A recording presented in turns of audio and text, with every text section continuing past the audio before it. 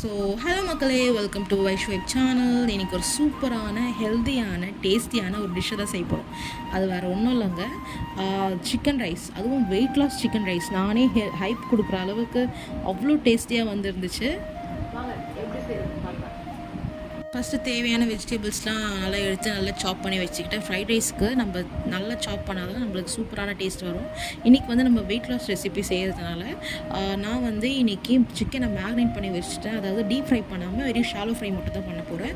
இதோட மசாலாஸ்லாம் வேணும்னா கண்டிப்பாக நம்ம சேனலில் போய் செக் பண்ணி பாருங்கள். சீரியஸாக சொல்கிறேன், அவ்வளோ டேஸ்ட்டாக வந்துருந்துச்சுங்க அந்த டிக்கா மசாலா. ஆக்சுவலி அது வந்து டிக்கா ரேஞ்சில் நான் செஞ்சுருந்தேன், பட் அவ்வளோ சூப்பராக இருந்துச்சு. நம்ம கடைக்கே இனிமேல் போக தேவையில்ல போல், நம்ம வீட்டிலே செய்யலாம்.